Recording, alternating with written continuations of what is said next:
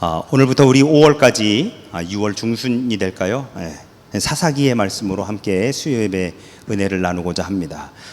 제가 사사기 말씀을 묵상하고 준비하면서 이 주제, 전체 사사기 주제를 뭘로 잡을까? 여러분, 사사기가 강해되어진 책들, 아니면 사사기를 주제로 쓰여진 여러 책들이 있습니다. 그런데 저는 여기에 안 써놨네요. 주보에 보시면 끝나지 않은 전쟁, 홈페이지에도 끝나지 않은 전쟁. 근데 여러분, 끝나지 않은 전쟁이라고 인터넷에 쳐보시면 끝나지 않은 전쟁이라는 책이 있습니다. 우리 6.25 그 코리안 워에 대한 책이 이 끝나지 않은 전쟁이라고 하는 책이 있더라고요. 이 왜 끝나지 않은 전쟁이냐, 도대체 여러분, 우리는 매우 다양한 신들에 둘러싸여서 살아갑니다. 더군다나 싱가포르는 더 하더라고요. 제가 싱가포르에서 이제 3년 차 삶을 살아가는데요. 싱가포르는 이 에어리어가 종교 에어리어, 뭐랄까 학교 에어리어 이렇게 정해져 가지고 이 종교 에어리어 안에 교회, 절, 모스크 다 집어 두드려 넣어 가지고 그 안에서 제가 한국에 섬겼던 교회가 교회 바로 담장 너머에 절이 있어요. 그래서 그 교회 오는 제 동기라든지 아니면 처음 오시는 분들마다 여기 교회 옆에 절이 있어, 이런 말씀들을 하시고, 제 동기들은 와가지고 야, 여기는 종교 간의 대화네, 종교 간의 대화야, 이런 얘기도 하고, 서로 이제 그렇게 있었습니다만, 여러분, 우리 싱가포르에 살면서 정말 다양한 종교들을, 그 다양한 신들을 우리가 접하면서 살아갑니다.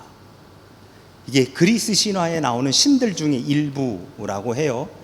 이게 각각이 뭔지 제가 좀 찾아볼까 하다가 이거 하는 시간에 성경 한 자 더 읽자 그러고서는 집어 던졌는데요. 근데 여러분, 신이라고 하는 것은 그 앞에 뭘 만들어 놓고 절하고 엎드려 경배하고 이것만이 신이 아니라 부나 명예, 권력, 쾌락, 이데올로기, 심지어는 우리 자식, 이런 것들까지도 우리는 소위 우리에게 신이 될 수 있다라고 그렇게 이야기를 하지요. 이를 종합해 보면 결국 하나님보다 내 삶의 우선순위에 있는 것이 바로 신이다라고 그렇게 이야기할 수 있습니다. 제가 새벽 기도 때도 말씀을 드렸었고 종종 드리는 말씀이 이 팀 켈러 목사님이 쓰신 내가 만든 신이라고 하는 아주 작은 책이 있어요. 거기에서 나오는 말이 뭐냐면, 내가 만든 신한테는 반드시 배신당하게 되어 있다라고 얘기합니다. 그것이 무엇이 되었든 간에, 부가 되었든 명예가 되었든 건강이 되었든 이데올로기가 되었든, 내가 만든 신, 내가 내 스스로에 의해서 하나님보다 앞서 둔 그 무엇에게는 반드시 배신당하게 되어 있다라고 하는 것이죠. 물론 우리 믿는 사람들이야 하나님이 계시니 모든 것을 다 뭐라고 치부해버리냐? 우상이라고 치부해버립니다. 그런데 문제는 굳이 이렇게 만들어 놓고 그 앞에 엎드려 절하거나 하지 않더라도 우리 세상 사람들에게는 신이 참 많다는 것을 느끼며 살아갑니다. 여러분, 우리가 함께 생각해 보고자 하는 이 사사기의 가장 마지막 절, 우리 전사님 기도 인도해 주시면서 했었던 바로 그 말씀, 21장 25절에 사람이 각기 자기 소견에 옳은 대로 행했더라. 뭐가 신이에요? 자기 소견이 신인 거예요. 내 생각이, 내 경험이 신인 거예요. 심지어는 우리가 가장 절대 그렇지 않다라고 하면서 가장 내가 신으로 받들어 모시고 섬기는 게 누군지 아십니까? 나 자신입니다. 내 경험, 내 지식, 내 판단, 내 생각, 이런 것들이 더 절대적으로 올라와 있는 것, 바로 나가 신이 되죠. 이 사사기는요, 여러분, 모세와 여호수아의 시대, 즉 출애굽을 한 이스라엘 백성들, 그리고 이제 왕정 시대, 사울이 세워져 왕이 되는, 사무엘에 의해 사울이 왕이 되는 그 사이의 시기를 우리는 가나안 사회, 저는 가나안 사회라고 명명하는데요, 바로 지금 우리 새벽 기도 때 한참 여호수아서를 나누고 있지 않습니까? 딱 이 땅을 나누어 분배받고 점령하고 해서 이제 막 들어가서 살기 시작한 바로 그때. 그러니까 여호수아의 인도함에 따라 여러분, 이스라엘 지도는 이렇게 그립니다. 여기 위에가 갈릴리 호수고요. 요게 사해 바다예요. 그리고 여기 사이를 흐르는 게 요단강입니다. 저는 그 중고등학교 시절에 저희 국사 선생님이 그 우리나라 한반도 지도를 그리시던 방법이 있어요. 그래서 저도 그렇게 따라 그리거든요. 이런 식으로 해가지고. 예. 근데 이스라엘 지도는요 훨씬 그리기 쉽습니다. 작은 동그라미 하나, 긴 동그라미 하나 쭉 긋고 여기 이렇게 쓱 그으면 이스라엘 지도입니다. 예. 그리고 저 안에 12개의 지파들이 모여 삽니다. 예. 근데 우리가 잘 알고 있다시피 요셉은 요셉 지파로 있지 않고요. 에브라임과 므낫세 지파로 나뉘어져 있고, 므낫세 지파가 서쪽의 반, 동쪽의 반 이렇게 차지하고, 그리고 그 레위 지파는 땅이 없고, 그러다 보니까 이제 세 보면 숫자가 13개인가 이렇게 나옵니다. 네, 땅을 세 보면 여기에서부터 이 땅을 정복해서 살면서부터 왕이 세워지기까지의 그 시대가 바로 이 사사 시대가 되어지는데요. 이 사사 시대에 그들에게 있어서 가장 큰 이슈가 뭐였냐? 그러면 그들에게 있어서 가장 큰 이슈는 그러면 이 땅을 차지하면서 어떤 일이 있었느냐라고 하는 걸 우리가 봐야 되는데, 이 땅을 차지할 때 하나님께서 이스라엘 백성들에게 주셨었던 명령, 미션이 뭐였느냐? 여기 살고 있는 가나안의 7의 족속들을 다 진멸하고 이 땅을 차지해라 라고 하는 거였어요. 그런데 우리가 잘 알고 있다시피 그렇게 하지 못하고 이 땅에서 그냥 혼재되어 살아가기 시작을 했습니다. 그러니까 여러분 무슨 일이 생기느냐? 이 땅에 살아가는 사람들이 믿는 신이 하나님인지 자신들이 믿는 신이 하나님인지가 늘 혼돈되는 거예요. 늘 혼돈되는 거예요. 이렇게 한번 표현해 볼까요? 구약 시대는요, 여러분, 야훼, 여호와라고 그분을 불렀습니다. 저는 여호와라고 부르는 것에 대해서 크게 이렇게 거부감이 없거든요. 순복음 쪽은 그냥 다 야훼라고 그냥 부릅니다. 뭐 그것이 뭐 잘못되고 맞고가 아니라. 그런데 한번 보시죠. 이사야 42장 8절에 나는 여호와니 이는 내 이름이라 라고 그렇게 합니다. 그래서 여호와의 증인들은 꼭 여호와라고만 불러야 된다라고 이야기하죠. 이것 때문에. 제가 한번 여호와의 증인하고 논쟁한 적이 있었거든요. 여호와라고 불러야 된다는 거예요. 하나님이라고 부르면 안 된다는 거예요. 왜 하나님이라고 부르냐? 여호와라고 불러야지. 그래서 제가 그분한테 뭐라고 했는지 아십니까? 당신은 당신 아버지 이름 부르십니까? 제가 그랬어요. 에? 아버지라고 부르지 이름 부르시냐고. 하나님의 이름, 감히 하나님의 이름을 그냥 부르냐고. 제가 그렇게 얘기했거든요. 그리고 역대하 13장 10절에 보니까 우리에게는 여호와께서 우리 하나님이 되시니라고 되어 있습니다. 여러분 개념 정리 한번 해보시죠. 하나님이 더 큰 개념입니까? 여호와가 더 큰 개념입니까? 하나님이 더 큰 개념입니다. 그렇죠? 여호와가 하나님이 되신 거예요. 그렇죠? 어떤 이는 송아지가 하나님이라고 했습니다. 그래서 그 신의 광야에서 전부 다 3,000명이 죽임을 당하죠. 송아지가 하나님이라고 했으니까요. 제가 이렇게 표현해 볼까요? 우리에게는 하나님이 많이 있을 수 있었습니다. 제가 아까 보여드린 이 그림에서 사람들은 이 하나하나를 다 하나님이라고 그렇게 생각했던 거예요. 그러나 이들은 하나님이 아니었습니다. 이스라엘이 믿었었던, 어떻게 보면 한 부족, 한 민족의 민족신이 이제는 모든 인류를 다스리시는 바로 그분으로 고백되고 있는 것, 바로 이것이 우리들이 가지고 있는 이 기독교 신앙이 되어지는 것이죠. 그리고 그 역사를 성경에서 구약에서부터 신약까지 우리에게 보여주고 있는 것입니다. 어쩌면 이스라엘이 이렇게 12개의 지파가 되어서 점점 퍼져나가는 것부터 시작하여 이제 한 부족의 부족신이 온 인류의 하나님이 되어져 나가시는 과정을 우리에게 보여주고 있는 그 시작점이 바로 여기였다라고도 그렇게 이야기할 수 있습니다.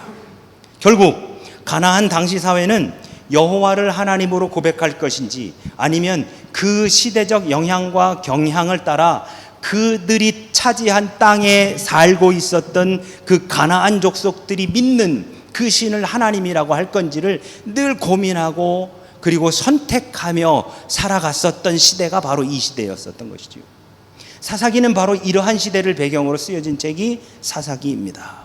그러면 여러분, 사사기에는 12명 혹은 13명 나온다라고 사사가 그렇게 나온다고 이야기를 해요. 그러면 12명 혹은 13명 중에 여러분 기억나는 이름 혹시 있으십니까? 사사 기드온. 또요. 아무나 한번 대보세요. 온니엘도 있고요. 삼손, 대표적인 사사가 삼손이지요. 그렇죠? 이 나오는 사사들을 이제 한 명씩 우리 다음 주부터 쭉 이야기해 볼 텐데요. 그러면 이 사사들은 과연 성공한 사람들인가? 저는 감히 실패한 사람들의 이야기가 쓰여진 게 사사기다 라고 이야기하고 싶습니다. 그러면 사사기만 실패한 사람들이냐? 성경 전체를 쫙 다 펼쳐놓고 한번 보십시오. 여러분, 성공한 사람이 누가 있는지요? 아무도 없습니다. 소위 성공이라고 한 것을 한 사람 아무도 없습니다. 아무도 없습니다. 솔로몬이요, 금수저가 아닌 다이아몬드 수저로 태어났다가 우상 드글드글한 여자들하고 같이 혼재돼서 살게 해서 결국에는 이스라엘이 분열 왕국이 될 수 있도록 초래한 왕이 바로 솔로몬 아닙니까? 우리 지난번까지 나누었었던 그 전도서에서 모든 것을 다 가지고 있는 예루살렘 왕이 다 헛되다고 말하고 있을 바로 그가 솔로몬이잖아요. 그렇게 왕이었었던 황금 수저로 태어나가지고 그 최후를 맞이하며 다 헛되다고 말하는 그 솔로몬은 성공한 사람이라고 이야기할 수 있습니까? 다윗은요, 자신의 큰아들이 반란을 일으켜가지고요 왕궁에서 쫓겨난 사람이 다윗이에요. 모든 사람들이 전부 다 처참한 최후를 맞이하거나 다 이렇게 됩니다. 성경은 성공했다라고 하는 이야기를 소개하는 책이 아니라 어쩌면 악한 사람들이 통탄하는 일을 역기능적 인물들의 악한 이야기가 바로 이 사사기가 아니겠느냐라고 하는 것입니다. 사사기는 바로 그런 책입니다. 그러한 사람들의 이야기들을 모아놓은 것이 사사기라고 하는 것이죠. 그런데 여러분, 우리가 이스라엘 서클이라고 하는 것 아시죠? 하나님의 은혜 가운데 거하다가 죄를 지어 그러므로 하나님께서 징계하시고 하나님의 징계 다음에 거기서 회개하고 다시 하나님 앞에 돌아왔을 때 하나님이 받아주심으로 인한 은혜, 그 은혜가 몇십 년이 더했더라, 몇 년이 더했더라, 그러다가 하나님의 은혜를 잊어버렸더라. 그리고 또다시 죄를 짓기 시작하고 또다시 하나님이 거기에 징계하시면 또다시 회개하고 하나님이 받아주시고 돌아오는 이 이스라엘 서클이 계속 돌아가는 이 사사기가 결국 그거거든요. 그러면 사사라고 하는 사람들이 언제 등장하느냐?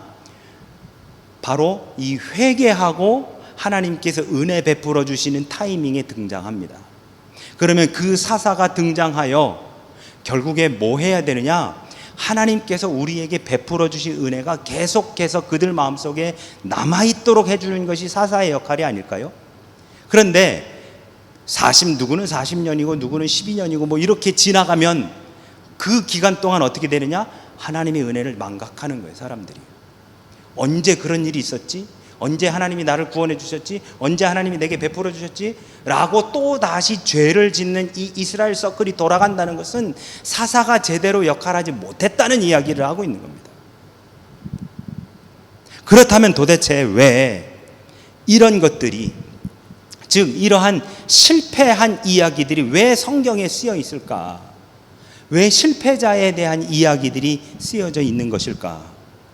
실패담이라고 한다면 여호와 하나님 앞에 악을 행하는 이스라엘 백성뿐만 아니라 그 이스라엘을 구원한 영웅인 사사들조차 점점 흠이 많아지고 종국에는 실패한 자로서 남는 바로 이 사사의 이야기가 왜 성경 안에 들어가 있을까?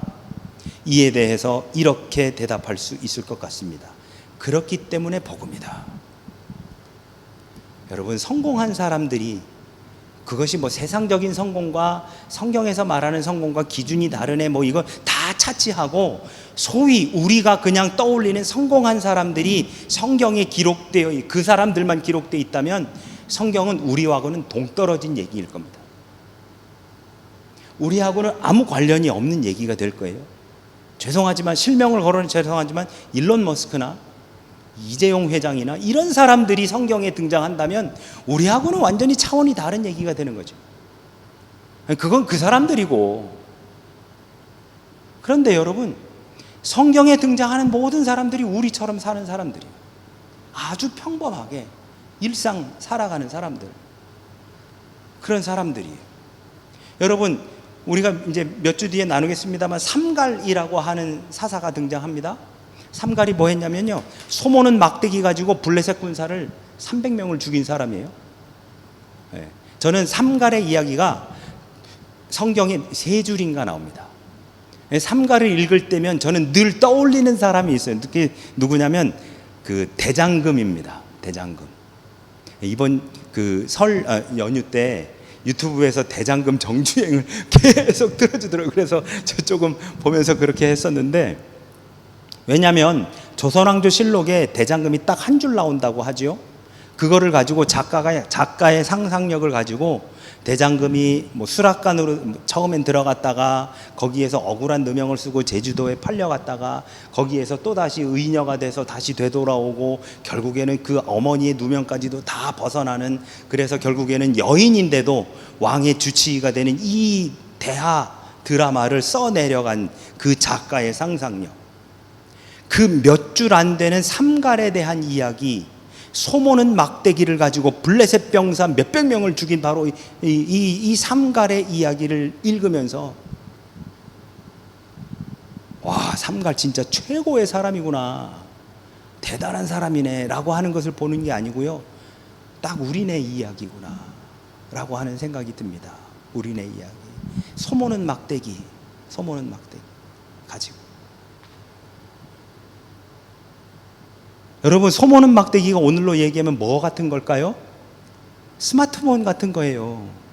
그때 당시에는 그거 가지고 먹고 사는 거거든요. 오늘로 이야기하면 휴대폰이고 노트북 컴퓨터고 이런 겁니다. 오늘로 이야기하면 그렇게 일상에서 사용하는 바로 그것을 가지고, 아니 어떻게 저는 1대 17까지는 들어봤는데,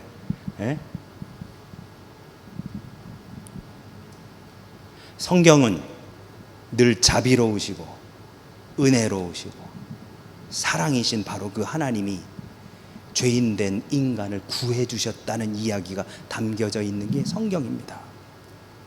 그렇기 때문에 이 사사들의 이 실패한 이야기가 우리에게 은혜가 되는 것이고요, 이 사사들의 이야기가 바로 나의 이야기가 되는 것이고요, 또한 나아가서 오늘날의 사사로서 우리가 하나님 앞에 부르심 받아 나아갈 수 있는 결단과 다짐이 있을 수 있게 되어지는 것이지요.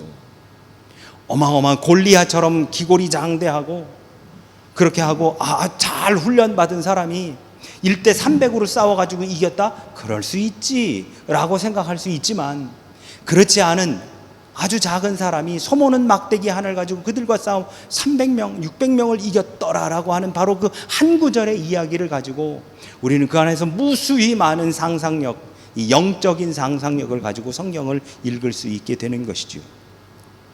궁극적으로 사사기의 영웅, 사사기 속에 나와 있는 사사들이나 아니면 이스라엘 백성이 아니라 사사기의 궁극적인 영웅은 바로 하나님이시더라라고 하는 것입니다. 그들이 사사로서 우리에게 기억될 수 있도록 해주신 바로 그 하나님, 그들이 비록 결국에는 실패한 사람으로 그렇게 인식될 수 있지만 자세히 읽어보면 그래서 이 사람들은 실패한 거네 라고 읽을 수 있지만, 아니, 제가 그렇게 말씀드리기 전까지 그래도 사사라고 하면 그 사람들을 통해 가지고 이스라엘이 구원받았지 라고 인정될 수 있는 사람들이 될 수 있었던 이유는 하나님이 그들을 구원해 주셨기 때문이다 라고 하는 겁니다. 하나님이 그들과 함께 하셨기 때문이다 라고 하는 것이죠. 그래서 사사기의 영웅은 사사가 아니라, 그들과 함께 했던 이스라엘 백성들이 아니라 바로 하나님이시다 라고 하는 것입니다. 우리는 성경에서 사사기를 읽을 때 이렇게 읽어야 합니다. 사람들이 스스로 죄를 지어 난국을 자초했을 때, 스스로 하나님 앞에 죄를 지어서 하나님의 징계를 받을 때 하나님은 구원받을 자격조차 없는 그런 사람들을 구원해 주셨다라고 하는 것이죠. 왜? 여러분, 이스라엘 서클은 계속 반복되는 거거든요. 실수도 한두 번이지요. 잘못하는 것도 한두 번이지요. 똑같은 실수를 그거 한 번 하면 그것을 실수라고 인정할 수 있지만, 그 똑같은 실수를 서너 번 하면 그거는 실력이라고 이야기할 수밖에 없지 않겠습니까? 그리고 그것은 결국에는 그들의 죄성이 그대로 드러나는 거예요. 이스라엘 백성들이 또 다시 몇십 년이 지나 몇 년이 지나 또 다시 죄를 지은 것은 그 인간의 그 죄악된 본성이 계속 드러나는 거거든요. 그러면 그럼에도 불구하고 하나님이 그들을 건져주시고 용서해주시고 받아주시고 품어주셨느냐, 아니면 그들을 내치셨느냐라고 하는 것을 가지고 우리가 사사기를 읽어본다면 하나님은 끊임없이 그들을 구원해 주셨더라라고 하는 것이죠. 여러분, 우리의 인생을 한번 되돌아보실까요? 30년, 40년, 50년 살았던 우리들의 인생 속에 우리는 계속해서 뭔가가 잘못하고 실수하고 죄를 저지르고 하나님의 말씀을 어기면서 살아갑니다. 그러면 지금 죄송하지만 우리가 굶고 있습니까? 우리가 제대로 못 살고 있습니까? 우리의 처지가 형편이 없던가요? 아니에요. 하나님이 그럼에도 불구하고 우리를 건져주셨고 베풀어 주셨고 은혜 주셨고 구원해 주셨으며 용서해 주셨습니다. 우리는 계속 그러한 삶을 살아가는 거예요. 그러니 사사기는 바로 그러한 역사의 회상이다라고 생각하며 읽어가야 된다는 것이지요. 사사기는 읽기 쉬운 책이 아닙니다. 읽다 보면 이야기를 놓칠 수가 있어요. 왜냐하면 사사기를 읽으면서 어떤 일이 벌어졌었는지는 중요하지 않습니다. 어떤 사사들이 있었는지는 중요하지 않습니다. 그래서 제가 여러분께 사사가 누구누구 있는지 혹시 기억나십니까? 라고 여쭤봤었더니 저도 많이 다 그 13명, 제가 12명 혹은 13명이라고 이야기하는 거, 사사가 사사기 안에 누구를 사사라고 할 거냐, 누구를 사사가 아니라고 할 거냐, 이런 논쟁들도 있고요. 또한 성경에서 여러분 대선지자가 있고 소선지자가 있지 않습니까? 그 분량에 따라서 두꺼우면 대선지자, 얇으면 소선지자라고 이렇게 구별하는데요. 사사도요, 대사사와 소사사로 나눕니다. 그러면 어떤 기준으로 할 거냐, 몇 줄 이상을 할 거냐. 기드온은요 몇 장을 통해 가지고 나오거든요. 근데 아까 말씀드린 삼갈은요 몇 줄 나오는 거예요. 삼손은 나중에 뒤에 쫙 가지 않습니까? 제가 미리 말씀드리지만 여러분, 제발 삼손 할 때 머리 길이 좀 얘기하지 마십시오. 이 머리 잘랐다고 그래서 힘 빠졌다, 이런 말씀 좀 안 했으면 좋겠습니다. 우리 영광교회 성도님들. 그건 삼손 할 때 다시 한번 하겠습니다. 사사기는 읽기 쉬운 책이 아닙니다. 잘못하다 보면 무슨 일이 있었느냐라고 하는 그 스토리 속에 빠져들어갈 수밖에 없는 게 사사기입니다. 중요한 것은 사사기의 이야기 속으로 들어가는 것이 아니라 그 아까 말씀드린 것처럼 이 사사기 21장 25절 사람이 각각 자기 소견에 옳은 대로 행했더라라고 기록되어 있는 것, 내 뜻과 내 생각을 내려놓고 주님을 바라보아야 하는 것들이 우리들인데 그 반대로 행하는 우리들의 모습을 발견하면서 사사기를 읽어 나가야 된다라고 하는 거예요. 사사기 읽으면서 그 사람이 지금 어떻게 했는지, 어떤 일이 벌어졌는지, 에훗이 왼손으로 찔러가지고 그것이 막 그 안으로 깊이 들어가고, 에훗이 뭐 왼손잡이가 뭐 선천적인 왼손잡이냐, 후천적으로 장애가 있어가지고 그런 거냐, 이게 중요한 게 아니라, 이게 그의 잘못을 용서하신 하나님, 그럼에도 불구하고 다시 회복시켜 주신 바로 그 하나님, 바로 그 하나님이 오늘 나와도 함께 하시고 나를 용서하시고 구원하시며 이끌어 주시고 은혜 주신다라고 하는 바로 그거, 우리는 바로 그것을 읽으면서 그것을 보면서 사사기를 읽어 나가야 되겠다라고 하는 것입니다. 그럼 우리는 사사기 저자가 사사기를 기록한 목적을 제가 6가지로 한번 나눠봤습니다. 한번 보시죠. 첫 번째, 하나님은 사람들에게 끊임없이 은혜를 베푸신다라고 하는 겁니다. 은혜를 받을 자격이 없고 은혜를 구하지도 않으며 은혜로 구원받은 후에 감사할 줄도 모르는 우리들에게 끊임없이 그럼에도 불구하고 은혜를 베풀어 주시는 분이 우리 하나님이시다라고 하는 겁니다. 여러분, 이렇게 한번 보실까요? 내가 달라고 했을 때 주는 것과 달라고 하지도 않는데 주었을 때 어떨 때가 더 기쁠까요? 한번 생각해 보셔요. 내가 달라고 해서 주는 것, 누군가에게 제가 우리 최 전사님한테 뭐 좀 주세요라고 했을 때 그래서 주는 것과 그러지도 않았는데 그냥 알아서 주는 것과 어떤 게 더 좋을까요? 당연히 요청하지 않았는데도 주는 것이 더 감사한 겁니다. 그렇죠? 그런데 여러분, 반대로 요청하지 않았는데도 준 것을 더 일찍 잊어버립니다. 왜? 내 노력이 없었거든요. 내 노력이 없었기 때문에 내가 무언가를 달라고 지속적으로 요청하고 그리고 받으면 내가 뭔가를 노력했기 때문에 그래서 준 것이라고 생각해요. 나의 노력이 거기 들어간단 말이에요. 근데 반대로 내가 구하지 않았는데 주신 것은 감사의 기쁨은 클 수 있으나 금방 망각하고 맙니다. 그게 하나님 사랑이에요. 그게 하나님 사랑이에요. 우리는 하나님께 당신의 아들을 요청해 본 적이 없습니다. 우리는 하나님께 죄사함을 요청해 본 적이 없습니다. 이렇게 그냥 죽어야 되나 보다 생각했었던 것들이 우리 인간입니다. 하나님이 인간을 사랑하셔서 독생자를 보내주신 거예요. 누구든지 그를 믿는 자마다 멸망하지 않고 영생을 얻게 하시려고 그 당신의 외아들을 우리에게 보내주셨습니다. 그러니 그분이 오신 것에 대한 기쁨은 커요. 그분을 만났을 때는 뭐 더할 나위 없지요. 그런데 금방 잊어버립니다. 왜? 내가 달라고 요청한 노력이 없었기 때문에요. 그게 하나님의 은혜 아닙니까? 우리가 하나님의 은혜를 망각하며 살아가는 것은 바로 이러한 이유가 있는 겁니다. 두 번째로, 하나님은 우리 삶의 일부만이 아니라 모든 영역에서 주님이 되신다는 것입니다. 여기서 주님이라고 하는 것은 주인이라고도 바꿀 수 있을 것 같습니다.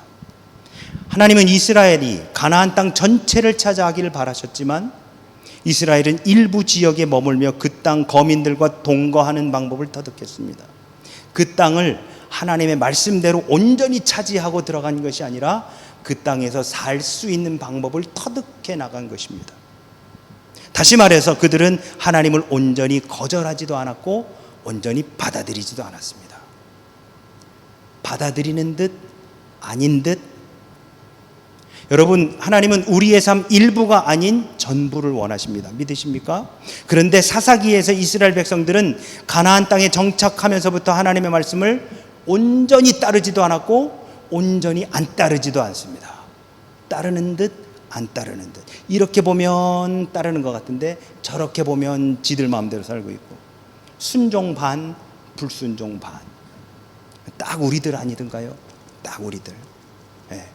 우리들이 이로울 때는 순종하고 우리들이 이롭지 않을 때는 순종하지 않고, 딱 우리들의 삶입니다. 우리 삶 일부가 아니라 모든 영역에서 하나님이 우리의 주인이시다. 세 번째, 은혜와 율법, 조건과 무조건 사이에 긴장감을 느낄 수 있어야 합니다. 여러분, 사사기는 모순처럼 보이는 게 많습니다. 한편으로 하나님이 순종을 요구하십니다. 너희가 이렇게 하면 내가 이렇게 해주리라. 여러분, 이게 조건부 사랑인 건가요? 하나님의 말씀에 순종하면, 너희가 마음과 뜻과 정성을 다해 너희 하나님을 사랑하면 내가 천대까지 너희에게 복을 주리라 라고 하는 것이 조건부인 건가요? 조건과 무조건 사이에서 하나님께서 우리에게 아무 조건 없이 무조건적으로 당신의 외아들을 보내주셨습니다. 그렇죠? 이제는 우리에게 남아있는 거예요. 누구든지 믿으면 멸망하지 않고 영생을 얻는 겁니다. 이게 조건인가요? 아니에요. 그렇지 않습니다. 말씀에 순종하면, 마음과 뜻과 힘과 정성을 다하여 주 너희 하나님을 사랑하면, 그러면 내가 너희에게 천대까지 이르러 복을 주리라. 조건이 아닙니다. 하나님의 약속, 언약이 되는 것이죠. 그러니 그러한 언약과 약속을 우리에게 주신 것은 우리에게 율법으로 고백되는 것이 아니라 은혜로 고백되어야 되는 것입니다. 하나님이 너희가 이렇게 하면 내가 이렇게 해줄 거야 라고 하는 것. 누구에게는 율법으로 다가오지요. 저희 아이가요, 요즘 방학이거든요. 한국 학교는 요즘 방학이어서 어제 자기가 스케줄이 비었대요.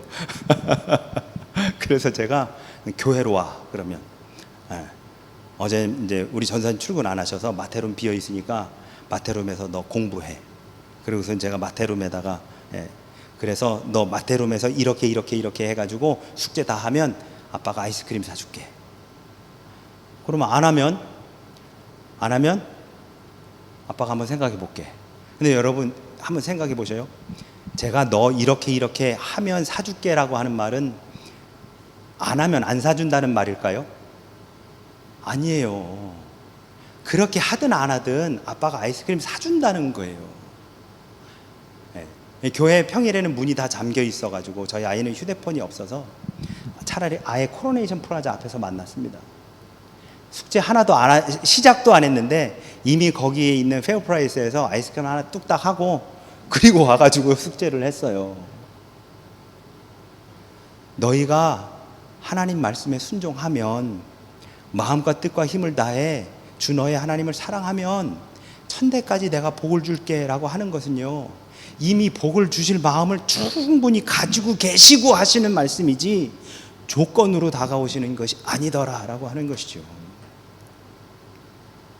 네 번째, 이 땅에서 살아가는 우리에게는 지속적인 영적 갱신이 필요하다는 겁니다. 여러분, 사사기는 영적 쇠퇴가 불가피하며 따라서 영적 갱신이 지속적으로 필요하다는 것을 보여줍니다. 그게 언제입니까? 하나님이 행하신 일을 망각하는, 하나님의 은혜가 우리 기억 속에 사라져갈 때, 내가 요구해서 한 것이 아니라 하나님께서 우리에게 은혜를 그냥 베푸셨음에 우리가 그것을 망각하게 된 바로 그 순간 우리는 또다시 영적인 갱신이 필요한 겁니다. 여러분, 이 수요 예배가 바로 그 자리 아닙니까? 주일날 그리고 그 다음 주까지 우리가 망각하고 살아가니까 다시 영적으로 갱신하고자 하는 것이 새벽 기도고 수요 예배가 되어지는 것이죠. 다섯 번째, 사사기는 또한 우리에게 참 구원자가 필요하다는 것을 보여줍니다. 여러분, 사사기에 나오는 12 혹은 13세 사살에 의해서 잠깐은 이스라엘이 평안해집니다. 잠깐은 그들을 괴롭히던 모든 이들을 물리칩니다. 잠깐은 그래서 평안한 삶을, 평안한 시대를 잠깐은 살아가지만 그것이 영원하지는 않습니다.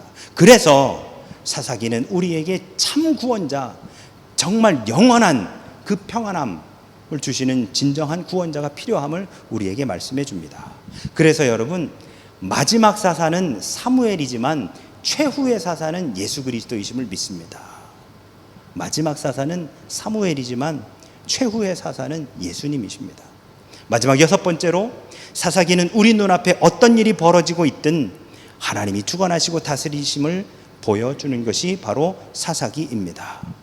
사사기의 가장 중요한 주제를 우리는 쉽게 놓칩니다. 종종 사사기의 장면들 속에 하나님이 안 계신 것 같지만 절대 그렇지 않습니다. 여러분, 삼손의 눈이 뽑혀지는 그 순간 하나님은 어디서 뭐 하고 계셨을까요? 아니, 그 직전 삼손의 머리가 잘려지고 있었던, 그리고 그 드릴라의 그 속임수에 삼손이 넘어가던 그 순간 하나님은 어디서 뭐 하고 계셨을까요? 하나님은 지켜만 보고 계셨을까요? 한번 생각해 보시죠, 여러분.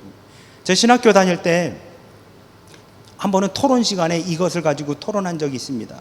아담과 하와가 선악과를 따먹는 것을 하나님이 안 말리셨을까, 못 말리셨을까?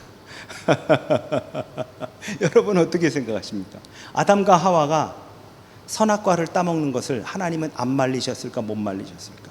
못 말렸다면 전지전능한 것이 아니고 안 말렸다면 무책임한 거 아니냐? 라는 걸 가지고 하루 종일 오전 내내 토론합니다. 그거 가지고 뭐 이랬네 저랬네 뭐, 그리고서 토론한 거 나와가지고 발표하라고 뭐. 교수님은 이제 어떤 생각들을 가지고 있는지 보시는 거죠. 저희들도 그거 가지고 이제 서로 토론하는 겁니다. 하나님 왜 지켜보셨을까? 왜 지켜보셨을까? 제가 언제가 설교로 함께 나누었었던 것 같은데, 여러분, 하나님은 그때는 저는 뭐라고 생각했었느냐? 그렇게 하고 탕자로 집에 나갔다가 자신의 죄인됨을 깨닫고 하나님께 돌아오기를 하나님 기다리고 계셨다. 그때 제가 신학교 1학년 때인가 2학년 때인가 그때 결론은 그거였습니다. 그런데 저도 같이 성경 공부도 하고 신학도 하면서 히브리어로 성경 읽고, 그래서 그 단어 분석하고 그러면서 조금씩 알아갔던 게 뭐냐?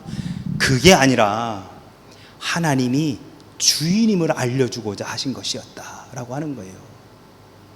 자, 그 모든 에덴 동산의 나무, 동물들, 하늘에 나는 것, 땅에 기는 것, 이 모든 것들의 이름까지도 지어주고 다니고 있으니 다 내 것 같은 바로 그러한 인간들에게 에덴 동산 바로 그 중앙에, 그 동산 중앙에 있는 선악과 알게 하는 그 나무, 선과 악을 알게 하는 나무의 그 실과를 보는 순간, 아, 맞아, 하나님이 저거 하지 말랬어. 내 삶의 주인은 내가 아니라 하나님이야. 이 땅의 주인은 내가 아니라 하나님이야 라고 하는 것을 알게 하시기 위하신 것이다 라고 하는 것이죠. 하나님은 지켜보고 계십니다. 어떻게 하는지를. 당신께서 말씀하신 대로 우리가 행하는지, 아니면 내 뜻대로 행하고 있는지, 자기 소견에 옳은 대로 행하고 있는지, 아니면 하나님께서 주신 말씀대로 행하려고 하는지를 우리 하나님이 지켜보고 계시더라 라고 하는 것이지요. 사사기에 나오는 모든 사건들 모두 하나님의 역사입니다. 드보라, 기드온, 삼손 등에게서 일어난 모든 일은 결국 하나님이 다 주관하시고 다스리신 일이에요. 그래서 양털을 놓고 양털에만 비가 오고, 또 양털 놓고 양털은 놔두고 땅에만 젖게 하시는 이 모든 일들은 다 하나님이 하시는 일이시더라 라고 하는 것이죠. 그러니 여러분, 우리가 살아가는 것 모든 것이 다 하나님이 하시는 겁니다. 내가 주인공이 아니고요, 하나님이 주인공이십니다. 사사기의 영웅은 등장하는 12 혹은 13명의 사사들이 아니라, 이스라엘 백성들이 아니라, 사사기의 진정한 영웅은 바로 우리 하나님, 바로 그분이시더라 라고 하는 것이죠. 우리의 삶의 주인은 하나님이십니다. 우리의 삶의 영웅은 하나님이십니다. 우리의 삶을 지금도 써내려가고 계시는 분은 바로 우리 하나님이십니다. 우리 하나님이 우리를 지켜보고 계십니다.